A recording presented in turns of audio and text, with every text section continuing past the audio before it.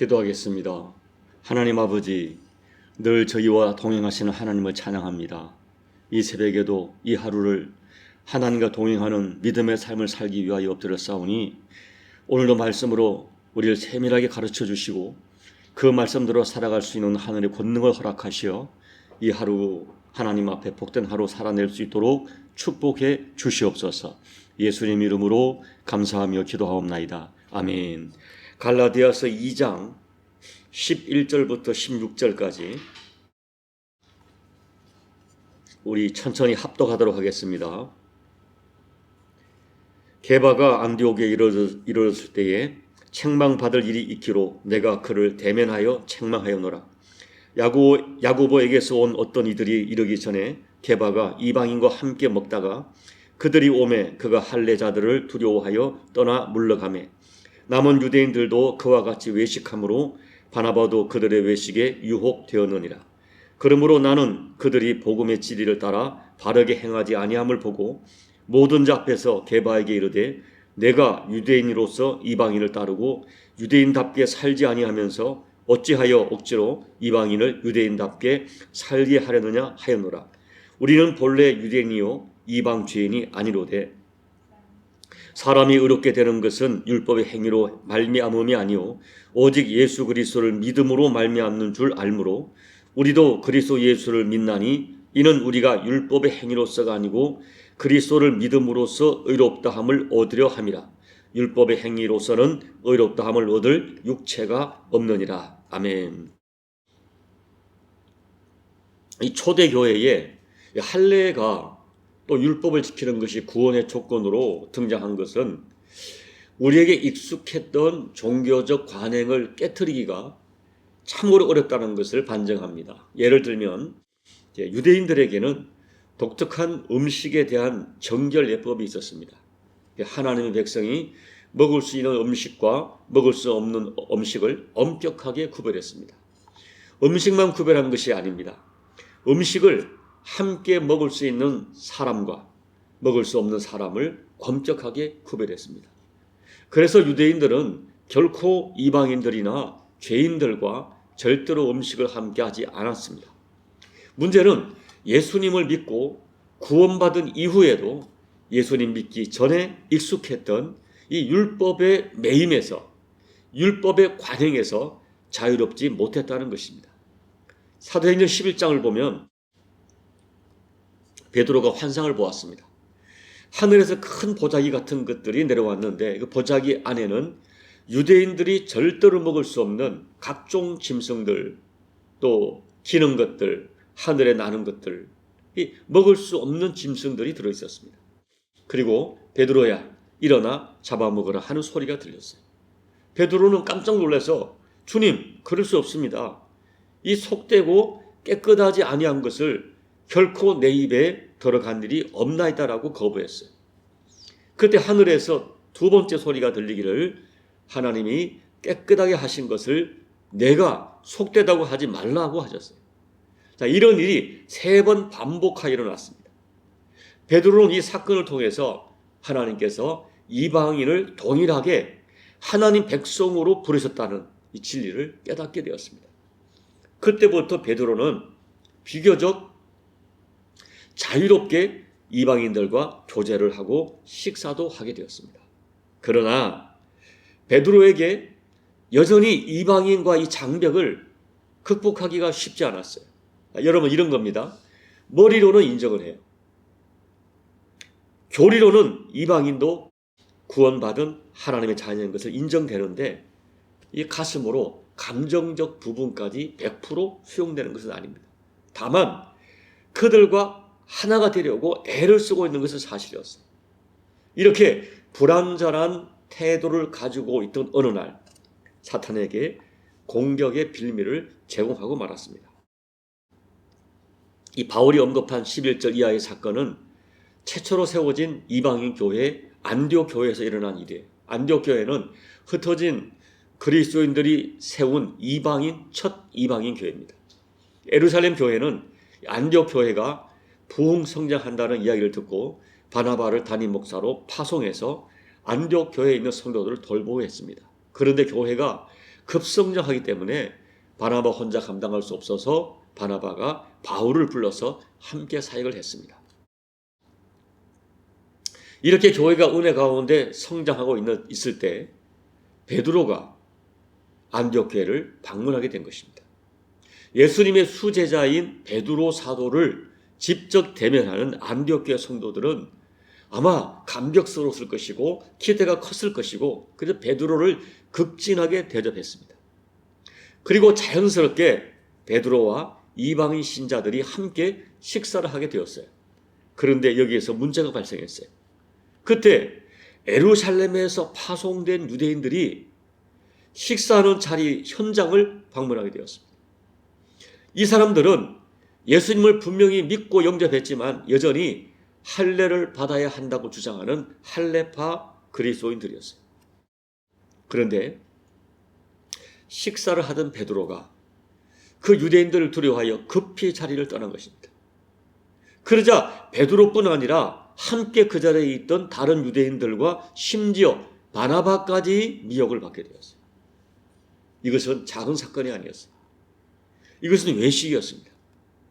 베드로는 이미 하나님께서 유대인과 이방인의 장벽을 허무셨고 할례를 받지 않은 이방인들도 예수 그리스도를 믿음으로 구원받은 이 복음을 알고 있었어요.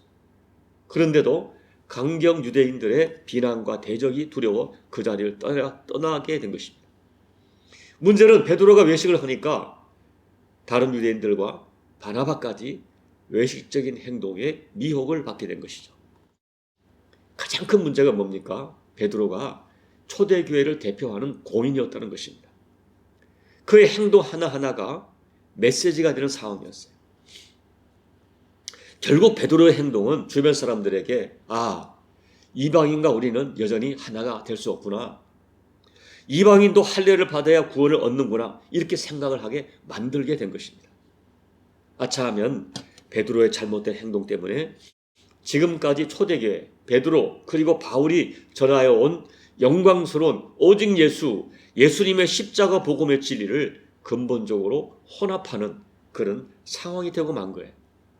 이 사건은 초대교회의 하나됨, 이게 교회의 하나됨, 파괴하는 것이죠. 유대인과 이방인은 여전히 하나가 될 수 없다. 또 다른 복음, 결국 할례나 다른 율법을 수용하는 그런 다른 복음을 수용하는 엄청난 사건으로 발전될 수 있는 빌미를 제공하고 말았어요. 그러자 모든 사람 앞에서 바울이 베드로를 공개적으로 책망한 것입니다. 여러분, 사실 바울은 베드로를 감히 책망할 위치가 아니었어요. 초대교회의 위치도 그렇고 나이로 봐서도 그렇고 여러 가지 봐도 베드로는 바울보다 대선배였어요. 또 바울도 베드로를 존중했고 베드로를 무시하려는 생각이 전혀 없었어요. 그러나 그날 베드로의 행동이 교회의 본질과 복음의 진리가 혼합될 수 있는 중대한 문제였기 때문에 공개적으로 베드로를 책망한 것입니다. 당신이 유대인이면서 지금 이방인과 같이 식사했지 않느냐? 당신이 유대인으로서 유대인답게 살지 못하면서 어떻게 이방인들에게 유대인의 삶을 요구하느냐라고 단호하게 책망한 것입니다.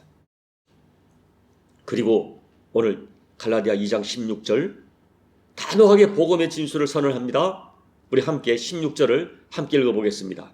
사람이 의롭게 되는 것은 율법의 행위로 말미암음이 아니요 오직 예수 그리스도를 믿음으로 말미암는 줄 알므로 우리도 그리스도 예수를 믿나니 이는 우리가 율법의 행위로서가 아니고 그리스도를 믿음으로써 의롭다함을 얻으려 함이라.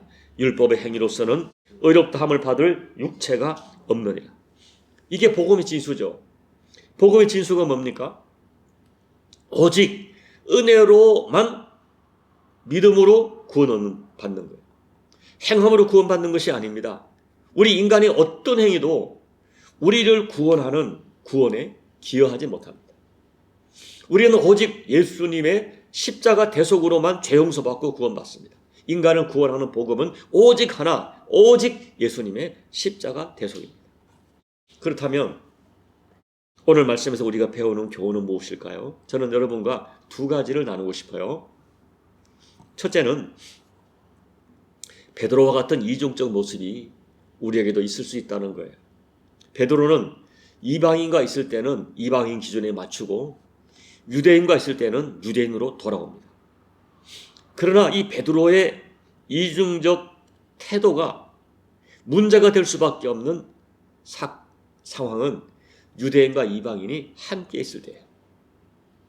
결국 우리에게 중요한 것은 유대인과 이방인이라는 껍데기가 아닙니다.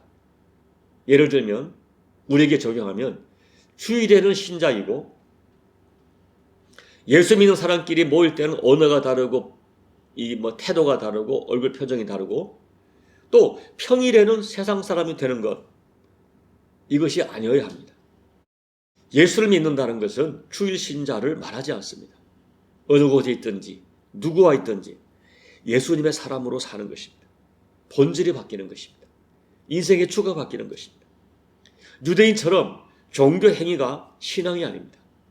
일상생활에서 예수님의 사람으로 살아야 되는 신앙은 생활입니다. 둘째, 더 염려가 되는 것은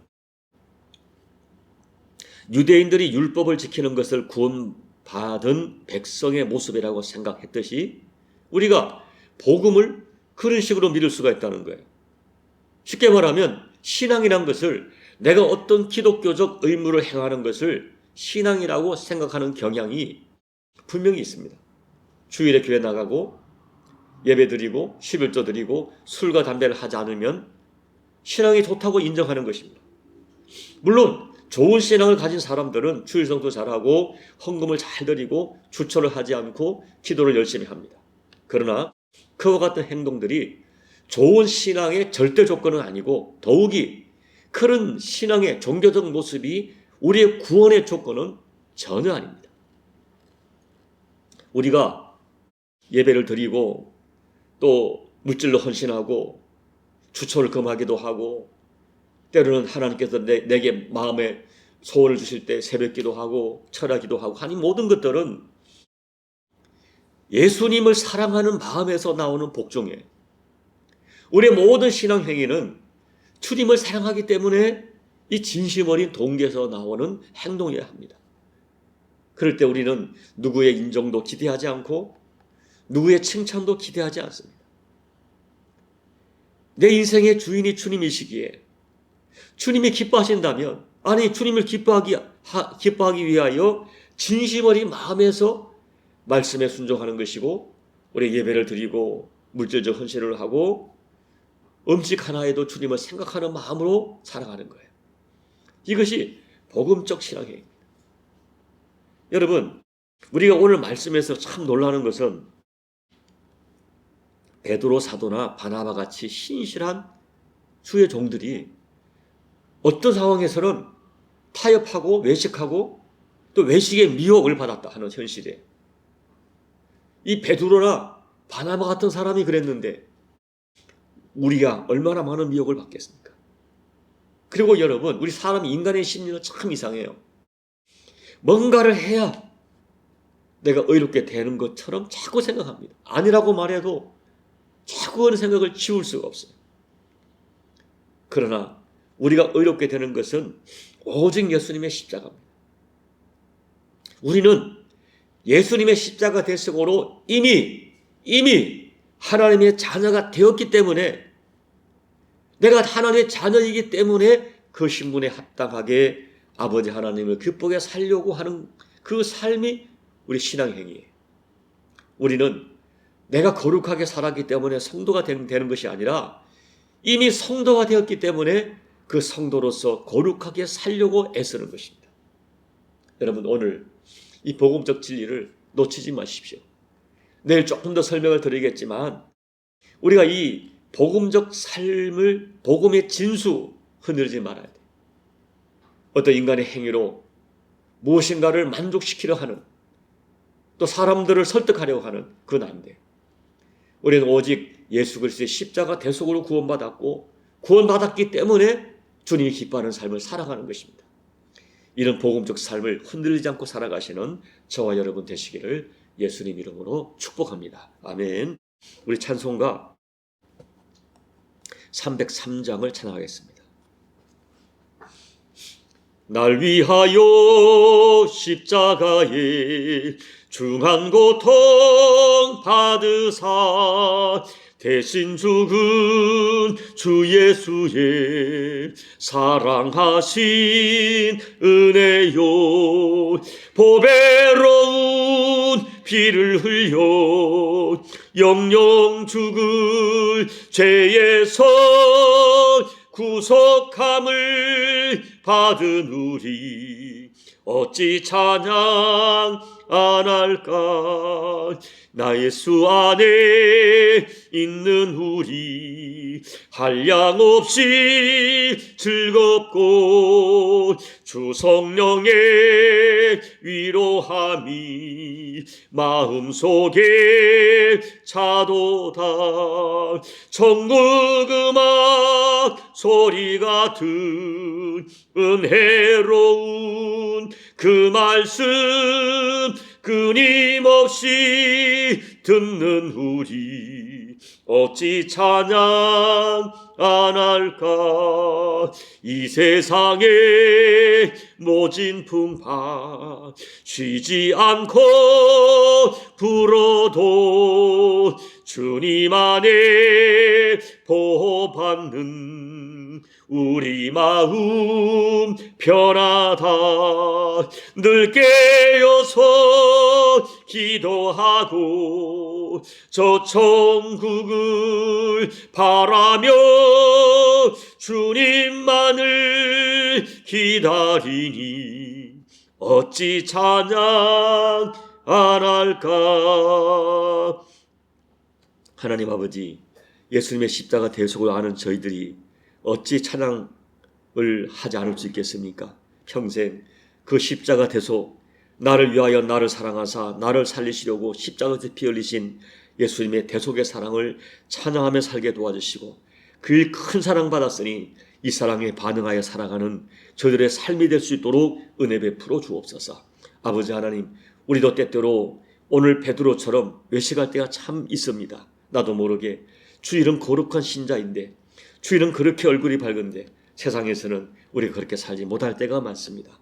하나님 아버지, 우리의 믿음, 내 안에 예수님 계시기에 내가 하나님의 자녀되기 때문에 이 자녀의 신분에서 구속받은 하나님 나라 백성으로의 삶을 살아가는 저들의 삶이 될 수 있도록 은혜 베풀어 주시옵소서. 예수님 이름으로 감사하며 기도하옵나이다. 아멘. 여러분, 오늘 베드로같이 위대한 사도도 이 너무나 과거에 익숙했던 종교적 관행에서 쉽게 벗어나지 못합니다. 오늘 말씀 생각하시면서 하나님, 내게 어떤 이중적인 외식하는 삶이 없도록, 그리고 사람의 눈이 아니라 늘 하나님 앞에서의 삶, 코람데오의 삶을 살아가는 내 삶이 될 수 있도록 여러분 하나님 앞에 기도하십시오. 나라와 민족을 위해 기도해 주시고, 우리 남은 십자가 교회를 위해 기도해 주시고, 그리고 여러분 각자의 개인 기도로 예배를 마무리하시고 돌아가시기 바랍니다. 기도하겠습니다.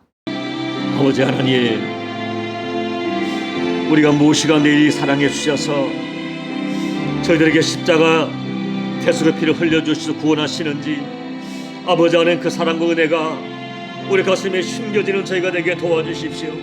하나님 아버지, 내가 대속의 은혜를 받아 죄 용서받고 하나님의 자녀가 되고 영원한 천국을 유업으로 받은 이 복된 은혜를 생각하면서 남은 생에 주님의 십자가 대속에 감사하는 은혜를 평생 마음에 간직하며 살게 도와주시고, 찬양하며 감사하며 살아가는 삶이 절 구속받은 우리의 삶이 되게 도와주시옵소서. 아버지, 내가 열심히 주를 위해 헌신하고 봉사하는 것, 몸내 교회 하나됨을 이루는 것, 맡긴 사명 눈물로 감당하는 것, 이미 받은 은혜가 감사하여 아버지 하나님의 나라 백성이 되었으니 백성된 하나님의 사람으로 살아가는 삶인 것이 우리에게 아버지 정당한 삶인 것을 깨닫게 도와주시옵시고, 아버지 하나님, 내가 받은 은혜를 생각하면서 그 은혜에 반응하며 살아가는 복된 삶이 누구에게 자랑할 것도 아니고 칭찬거리도 아니고 마땅히 살아간 삶인 걸 기억하면서 오늘도 내일도 없대 평생에 내 사랑하는 주님을 위하여 내게 주신 하나님의 은혜를 어떻게 보답할고, 내게 주신 주님의 은혜를 어떻게 보답할고, 거룩한 소원으로 살아가는 저들의 삶의 여정이 될 수 있도록 아버지 하나님 베풀어 주시옵소서. 하나님 아버지, 오늘도 이 새벽을 깨우도록 강구하는 교우들 간절한 소원이 있습니다. 아버지, 은혜가 필요합니다. 주님의 도우심이 필요합니다. 무궁하신 자비와 긍휼하심이 필요하여 엎드려 간구하는 우리 교우들의 간절한 믿음의 소원을 기억해 주께서 받아주시고 저들의 눈물을 받아주시고 아버지, 육을 가진 인간이기 때문에 우리 육의 문제 때문에 허덕이며 고통할 때가 많이 있습니다. 우리 육신의 문제까지 들어주시고 응답하시고 긍휼히 여기시는 하나님의 은혜가 오늘 이 새벽에 사랑주의 백성들에게 허락되는 은총이 될 수 있도록 아버지 도와주시옵소서. 아버지 도와주시옵소서. 무던하고 미련한 저들에게 지혜를 더해 주셔서 무엇이 아버지의 뜻인가 깨닫게 도와주시고 깨달은 말씀대로 살아갈 수 있는 하늘의 은혜를 더해 주셔서 거룩한 이의 권능으로 덮어주셔서 이 하루도 주가 주신 힘으로 승리할 수 있도록 아버지 은혜 베풀어 주시옵소서. 은혜 베풀어 주시옵소서. 아버지